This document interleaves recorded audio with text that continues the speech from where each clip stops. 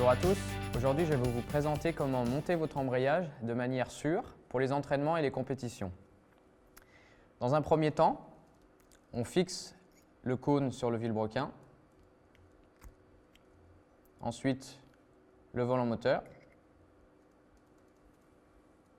ensuite l'écrou,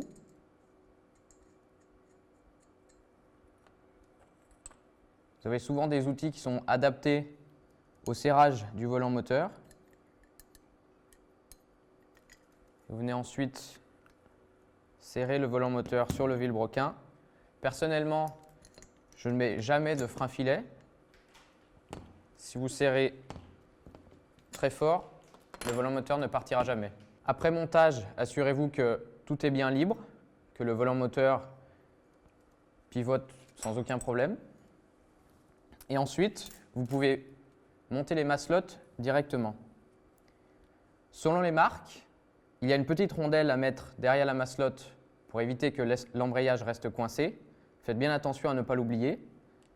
Les maslottes X-Ray d'origine n'ont pas de rondelle.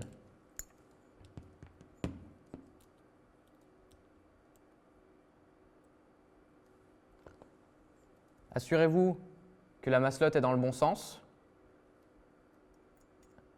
Donc, le pied de la maslotte doit être sur la droite si vous regardez l'embrayage de face. Ensuite, avec un petit tournevis, vous allez pousser le rappel du ressort dans la gorge de l'écrou. Assurez-vous que le ressort est bien dans la gorge de l'écrou et vous pouvez passer à la maslotte suivante.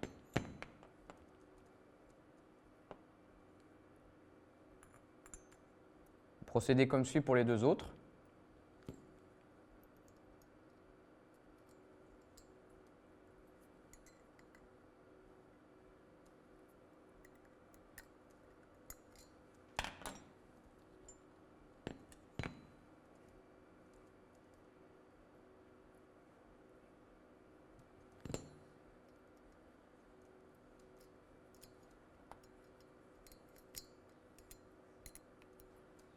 Tout est prêt. Vous pouvez ensuite passer au montage de la cloche d'embrayage.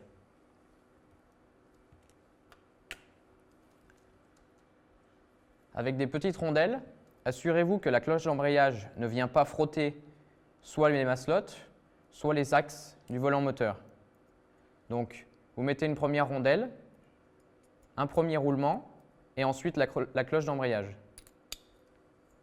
Vous assurez que la cloche d'embrayage ne vient pas frotter sur le volant ou les maslottes. Là, dans mon cas, elle vient frotter, je rajoute des rondelles.